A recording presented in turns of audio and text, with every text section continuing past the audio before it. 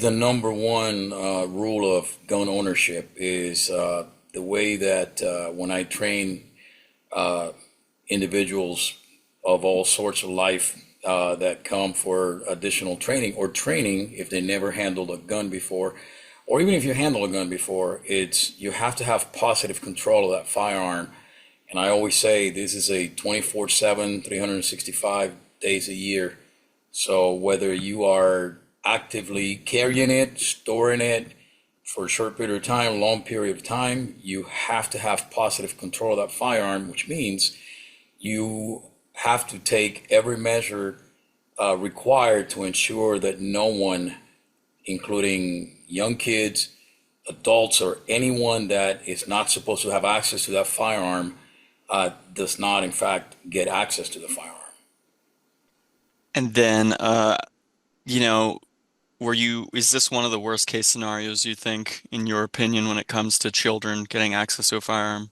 Yes, it is. And one of the reasons I actually became a firearms instructor is after my service in the military. I'm a father of four children, and it breaks my heart every time something like this happens because it's completely unnecessary. And it normally boils down to several factors, lack of education, lack of understanding of the laws. I mean, could be many different things, but this is one of those tragedies that can 100% avoidable. Got it. And is there a way for people to secure their gun in their car? This was a long gun, though, however. Is there still a way to secure that type of firearm in a car? Yes, it is. So first off, unless you're carrying a firearm for self-protection, in this case would be a handgun, I don't see a reason to carry a long gun that is loaded in a vehicle. So that's probably mistake number one. The way to secure it, absolutely many different ways.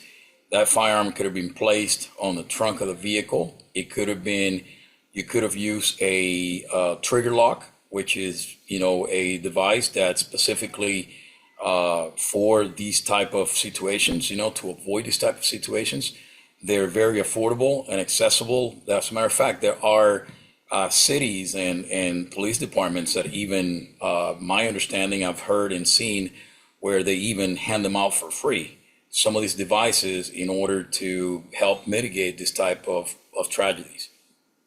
The law in the state of Texas prohibits making a firearm accessible to a minor of under 17 years old, and there are different. There's implications if the minor ends up hurting himself or hurting others.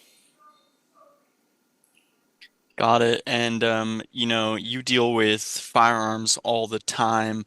If children got a hold of a firearm, would you say that it's easy to hurt yourself if you didn't know what you were doing, or if they didn't know what they were doing? Absolutely. I would tell you that the number one, I wouldn't say the cost, but a very, very strong contributing factor that I see in many cases of accidental discharges, which is pretty much what caused this tragedy, right? Where whether it was a 2-year-old or a 3-year-old, they did not mean to discharge that firearm. It's a lot has to do with whoever the owner, the individual that owns that firearm, whether it is lack of knowledge, understanding, training, education, or it could be also simply that we not paying attention, especially when children are around. That is the number one, or not. I wouldn't say the number one, but I would say it's definitely the starting point of what builds up to the unfortunate situation that we had today, which again could have been 100% avoided. Got it. And you are a range manager. Um, and so have you ever seen accidental misfire?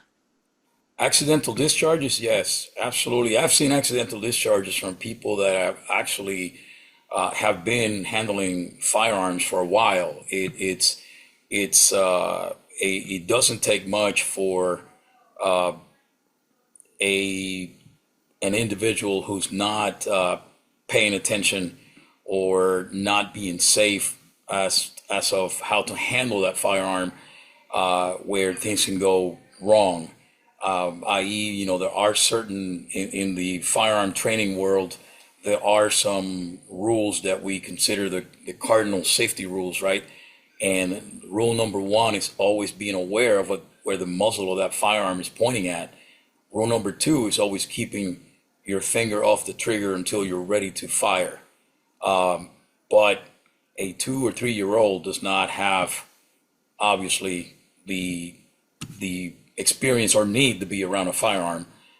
So this boils down to an unfortunate situation where, and I don't know all the particulars of the case, so I can't say if it's negligence or if it's just basically I will limit myself to saying that, yeah, this tragedy could have definitely been avoided 100%. There are many different ways that you can lock up a firearm.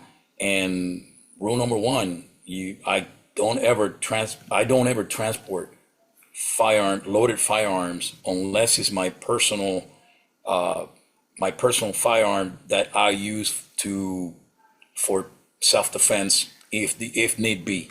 Every other firearm, and I usually, obviously, because of my job, I carry, more than one in my vehicle when I'm going in a to and from work, and I always unload those firearms. And again, I don't. You can even put it in this context. Like, I don't even trust myself. Even if I know I cleared it again, and I check it again, just to make sure that nothing is missed in the process. Does that make sense?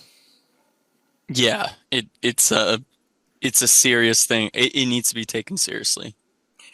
Yes, and one of the things that I always recommend is, having a safe, whether it's for handguns or even for long guns. Having it properly locked in a hard case, obviously away from children. But even if it was on a hard case, let's say, even if it didn't have a locking mechanism, it probably would have been pretty hard for those young kids to have access to it. And again, I don't know all the specifics, but if that long gun would have been in a hard case, the way that those hard cases are normally locked, it would be pretty tough for a 2 or 3 year old to be able to, unlatch the case and have access to the firearm. Got it. And that's pretty much it. And I just want to confirm you're a range manager for Lone Star Handgun. Is that correct? Right, I'm the range manager for Lone Star Handgun in the Converse area. One thing that I would like to add is, hey, if you are handling firearms, whether you are new to them or you are experienced, but let's say it's been a while, for some reason you haven't handled a firearm in a while, there's always, places you can go. There's lots of qualified instructors in the San Antonio area, especially at Lone Star Handgun, where we'd be more than glad to sit down with you and help you learn, or help you learn and put in practice, safe gun handling if you're going to carry a firearm, or if you're going to use it for any other sport like hunting and stuff like that. We do that on a daily basis at our range.